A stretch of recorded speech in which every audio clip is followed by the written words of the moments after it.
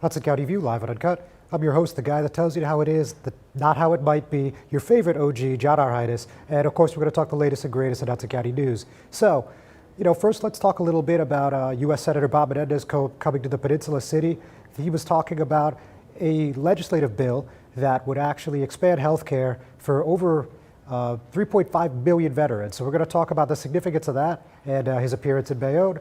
We're also going to chat about a very busy Wednesday night. We saw council meetings in Jersey City, Bayonne, and Hoboken.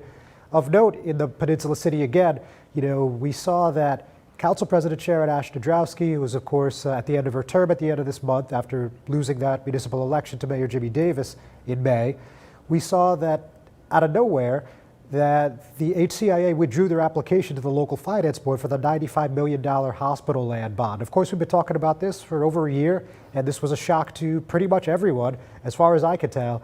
And, we got some video from the council meeting. We have some context on that as well. We're also going to talk about what's going on in Hoboken. Always some interesting things in the Mile Square City. For one thing, the council voted on a resolution to appeal this case involving Nixle email subscribers. So we're going to talk about that. And fortunately, today I'm joined by one of the members of the governing body. Today I'm joined with Hoboken Councilman-at-Large Joe Quintero. So certainly we're going to talk about that and a whole lot more. And we're going to do that right after this break from our sponsors.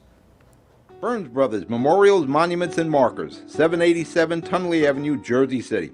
Hudson County's only monument maker, serving all faiths and cemeteries. Design, studio, and launch inventory on site. Cemetery inscriptions and custom orders welcome. Burns Brothers Memorials, Monuments, and Markers, 787 Tunley Avenue, just south of Secaucus Road. Craftsmanship that will last for all eternity. Burns Brothers, Jersey City, Albert H. Hopper, North Arlington. Visit us on the net. Consumer Carpets, 3408 Kennedy Boulevard in the Jersey City Heights, your one-stop store for residential and commercial floor treatments, carpeting, linoleum, tiles, laminates, hardwood floors, area rugs, remnants, all major brands, all in stock. Free estimates, same-day installation. Consumer Carpets, it's savings, selection, installation. Credit cards and debit cards accepted. Financing available. Consumer Carpets, price to fit your budget, installation to fit your schedule. On the net at consumercarpets.com. Consumer Carpets, Jersey City, 201-792-2712. Stevens Jersey City Ford, certified parts and service located at Route 440 and Communipaw Ave, is your #1 source for Ford and Lincoln automotive needs. We use certified Ford Motorcraft products to keep your Ford running in top shape. Motorcraft parts are backed with the Ford warranty, which includes a 2-year unlimited mileage guarantee. Our team will have the right Motorcraft part to ensure the best performance from your Ford or Lincoln. You can order in person at the parts counter or online. Let us help keep your Ford or Lincoln in the best shape at Stevens Jersey City Ford.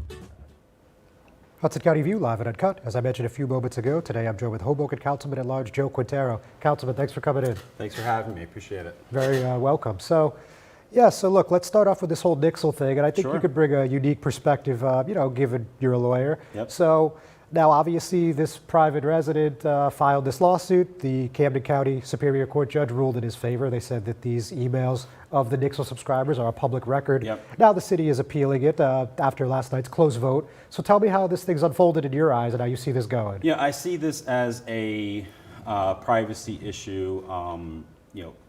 As more of our information gets online, it becomes an increasingly sensitive topic, more so than years in the past. There's more that can be done by way of harm via seemingly benign things like email addresses. In this instance, I think the judge erred in the test that she applied. She agreed that it was sensitive information, but then in the harm mitigation, she tended to say that you could solve for it by blocking. But really, hackers and kind of folks who have ill intent, if they can get verified information, that's huge. So one of the things that I'm most worried about is phishing scams. Somebody will be able to get your email, understand that it's a verified email, so that's a big win for them. Send you an email that looks like it comes from the city of Hoboken, and it could be something like, hey, congratulations, after review, we think that you've overpaid on your taxes, so click here, enter a bunch of information so you can get your refund. Somebody unsuspecting can do that. All of a sudden, at the least, their information's out there, verified, it could be sold. At worst, they're subject to losing some money. So I do think that there's an opportunity to win on appeal because of that issue.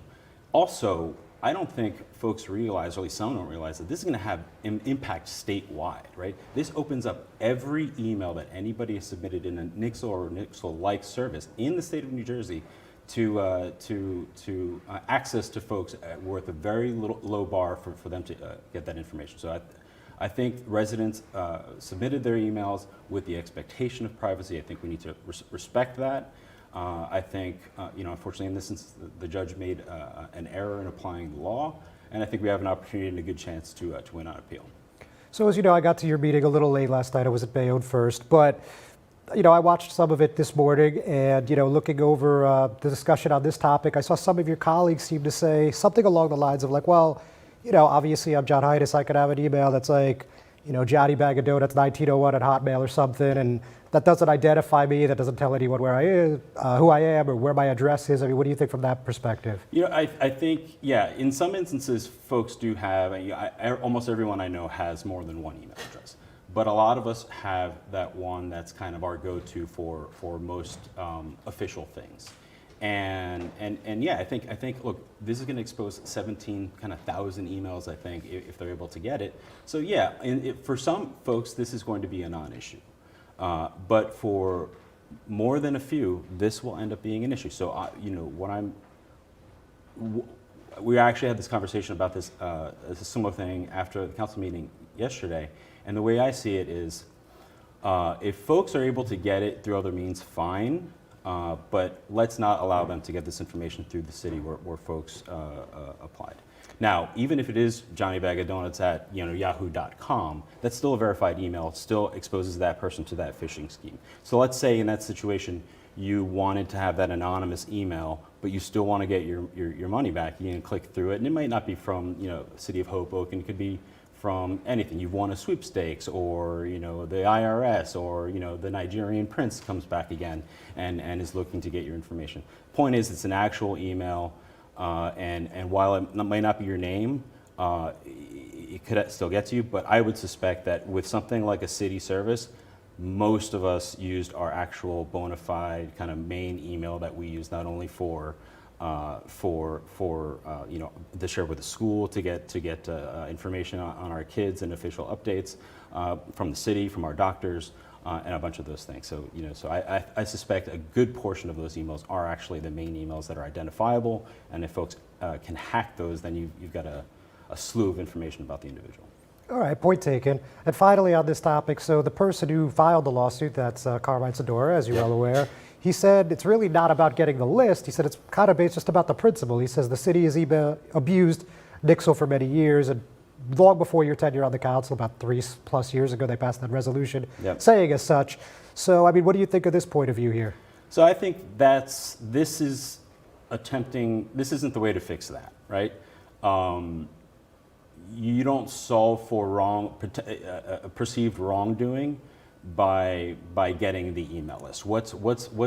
If in fact, and I don't necessarily agree with the sentiment that the current administration is abusing this power in any way, but the solution is to try to get them to stop, not to get the list of emails that they're using. What are we going to have point counterpoint in every single instance?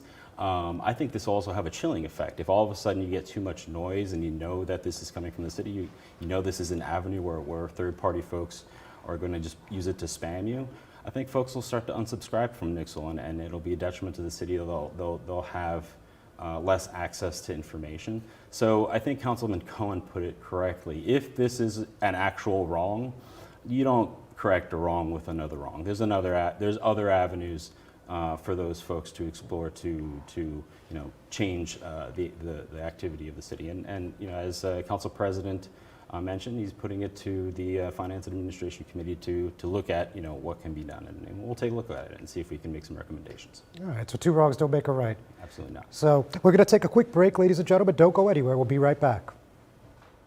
Good Friend Self Storage in North Bergen, New Jersey is a fully climate-controlled facility equipped with state-of-the-art security, packing supplies, a Refer a Friend program, and multiple loading docks convenient for commercial use. Located just off of Route 3 at 4301 Tunnelly Avenue, Route 1 and 9.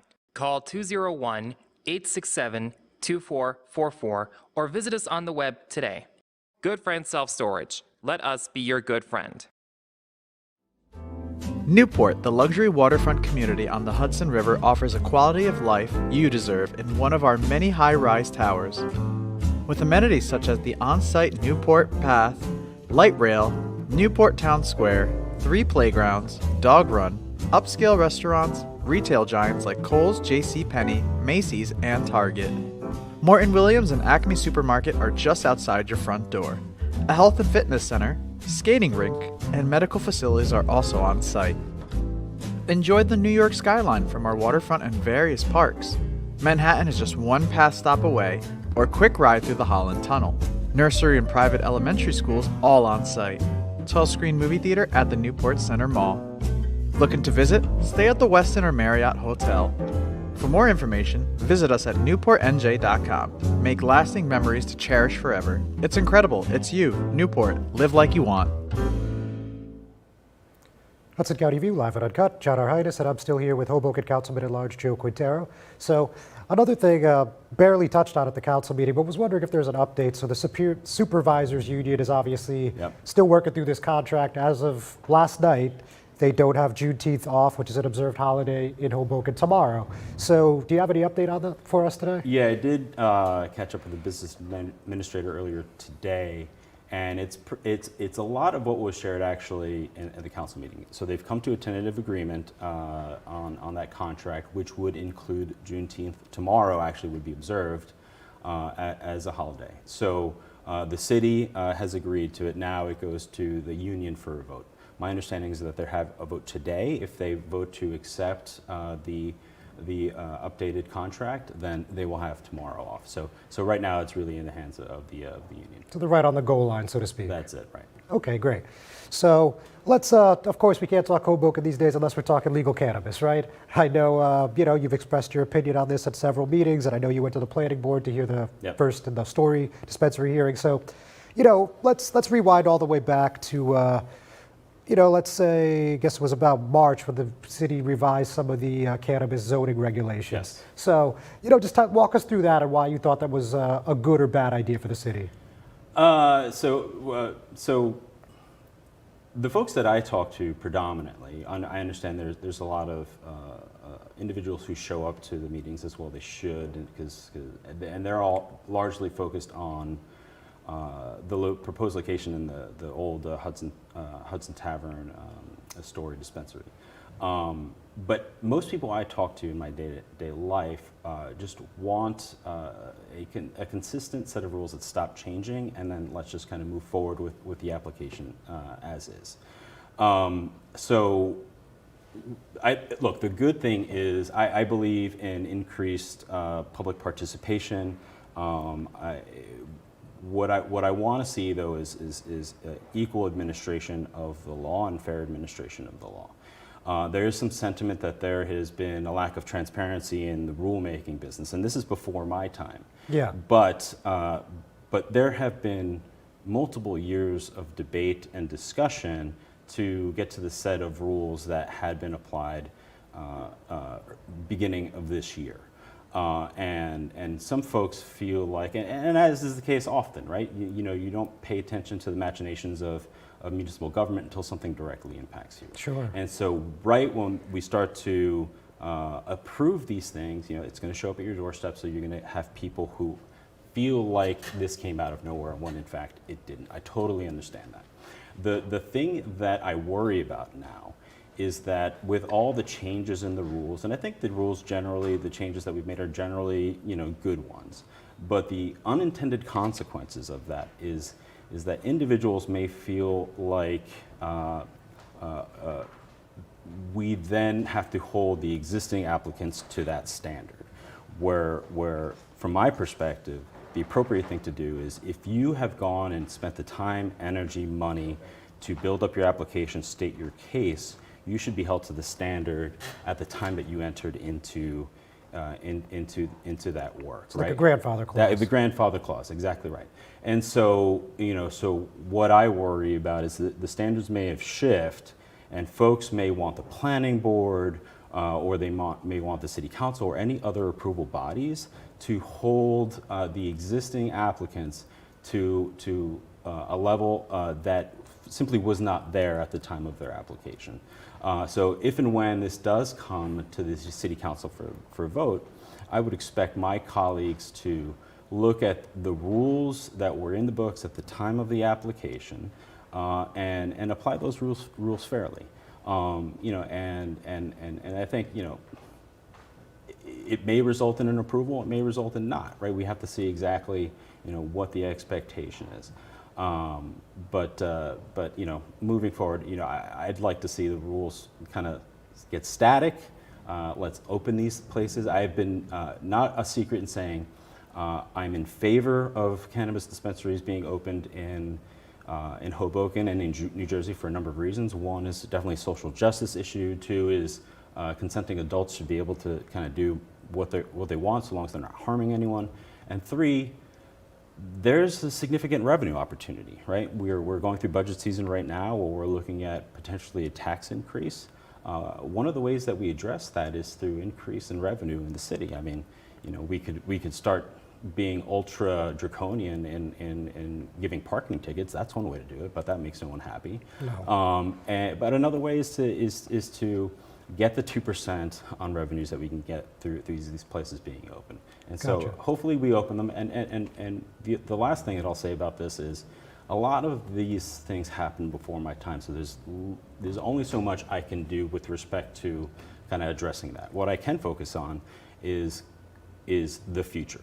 And some of the commitments I've made to the folks who are especially concerned about the existing places, or that they're going to come online soon, is let's ensure that the dispensaries that do open are good operators. Let's make sure that we set the benchmarks so that if anyone is operating in an inappropriate way, they're allowing people to queue up outside, they're allowing people to consume outside, they're creating unsafe environments, that we identify them early, that we shut them down as quickly as possible so that we free up that license so that a good operator can come in and work well with our community. So two quick follow-ups. We're short on time here, but would you say that for the applicants that have gone through the Cannabis Review Board so far, you feel pretty good about what they've proposed? Again, we're speaking broadly. Yeah, speaking broadly, I am not intimately familiar with every single application. Some have performed better than others. I think for the most part, the ones that have made through and approved have met the standards that the review board and then, they're the only real board that it's gone through, the standards that they expect to see, right? And so that's, I'm fine with them having been approved through that level. Could some have been better at outreach? Absolutely. Okay. But at the time of application, that wasn't required. If I was applying, would I have met with all my neighbors? Yes, I would have. But that's not the standard that was in play at the time, and that's what we have to do moving forward. So. Very good. So have they met the four corners of the expectations, the ones that have been approved? Yeah, I think they have. Very good. Councilman, thanks so much for joining me Thanks today. a lot, John. Appreciate it. Ladies and gentlemen, thanks for tuning in. We're not done yet, but we're going to take another break. We'll be right back. Introducing the all-new Ford Maverick. A truck for people who do stuff. And people who make stuff. People like Gabrielle Union. I make this look good, don't I? Who haul whatever they want to wherever they want. Like wood to build things made of wood with. And friends to get weird with. It's for long trips that the standard hybrid engine with a targeted EPA estimated city fuel economy rating of 40 miles per gallon helps with. That an 8-inch touchscreen connects with. And any trip that this interior makes more comfortable. But we'll let Gabrielle tell you all about it. Or I could just tell them it's a Ford truck that starts at less than $20,000 MSRP. Yep, that works too. The all-new Ford Maverick, built to defy expectations.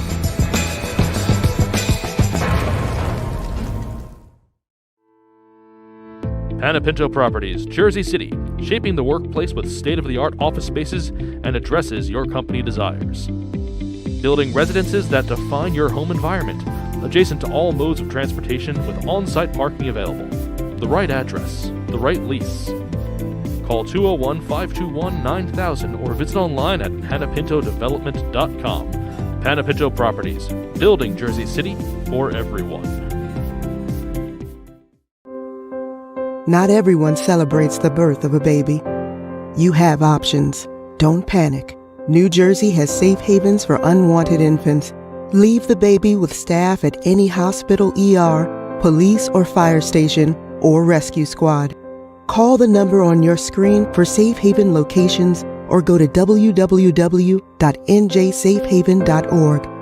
No shame, no blame, no names. Safe Haven. We've seen people come through Hudson County for our votes, for our money, for our service, for our hard work, knocking on doors, manning our campaign headquarters, and then they forget about us. It's not going to happen next time around, Hudson County, because it's time Hudson County produces its own governor next time around. That's for sure. I couldn't help but notice in your remarks, you made it pretty clear that there will be a gubernatorial candidate out of Hudson County. So why did you feel like you wanted to put that out there 3 years ahead of the election? I want the state to know that we're in the running. We have great people in Hudson County. We have great candidates that could be governor. Every mayor could be the governor of the state of New Jersey. You need to be in government to know what the towns want. We need school aid.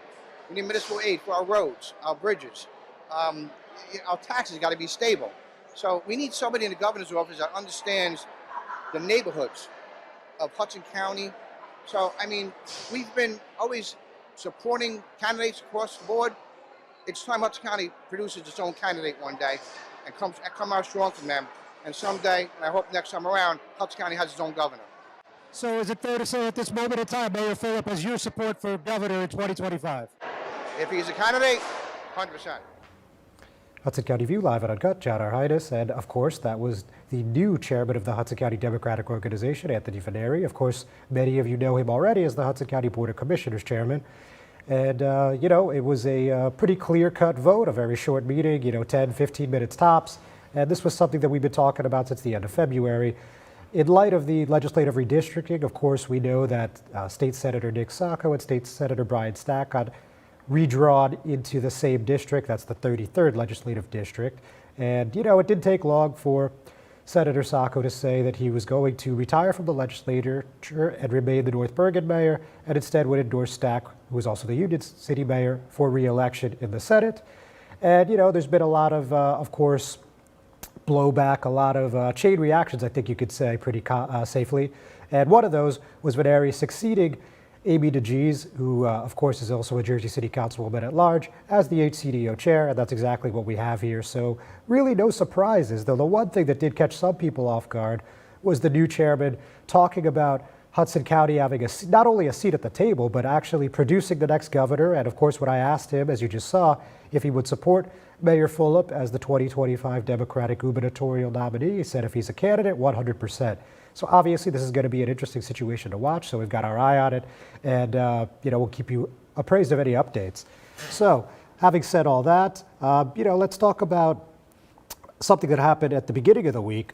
We saw, as I mentioned at the top of the program, U.S. Senator Bob Menendez asking for the PACT Act passage to expand veteran health care benefits. And again, this would actually expand the benefits to 3.5 million more veterans that were exposed to toxins during their service. So obviously this has a lot of support from our brave men and women who served. So it's actually called the Sergeant First Class Health Robinson honoring our promise to address Comprehensive Toxins Act.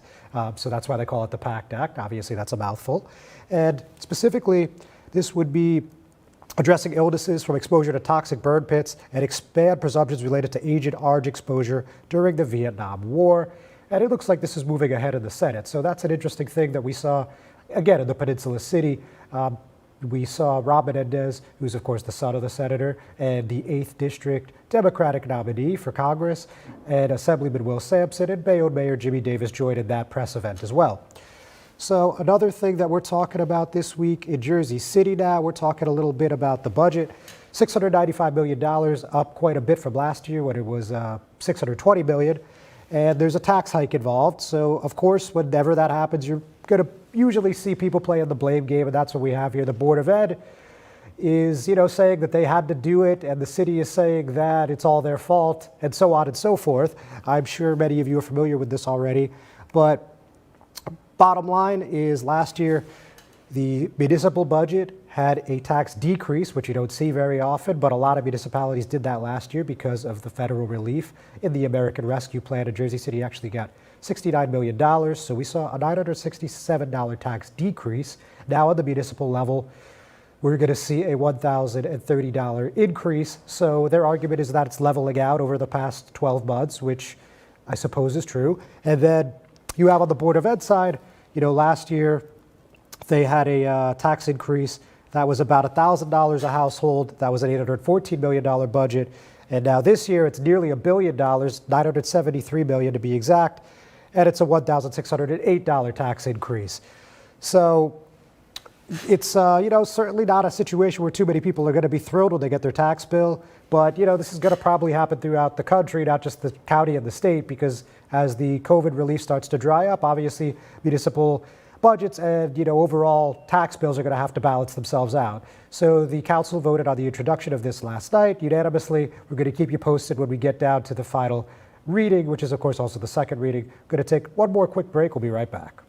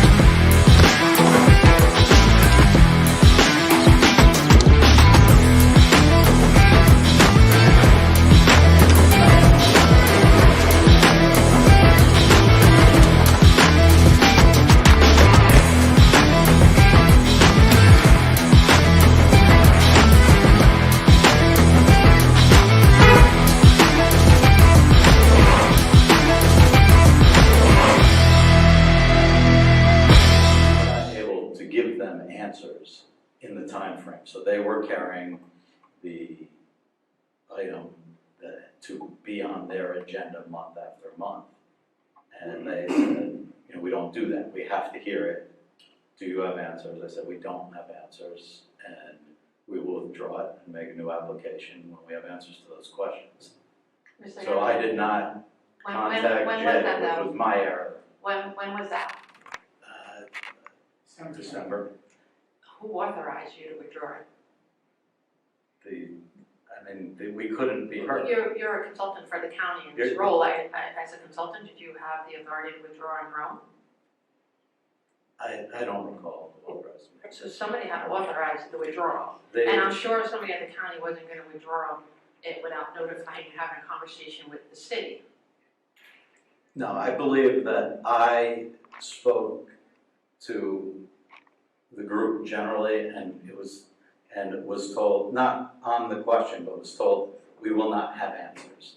And I made the decision to withdraw it because otherwise it would have been heard. So you actually had the authority to make that decision? I'm just asking because it's kind of unusual that a consultant would have the authority to make that call to withdraw an application with local finance without approval from somebody. We could not. We would have been voted down. I just asked. I don't remember what. You made a request. I don't recall the process. All right, so somebody had to authorize it at the county, and then just to understand why nobody knew about it.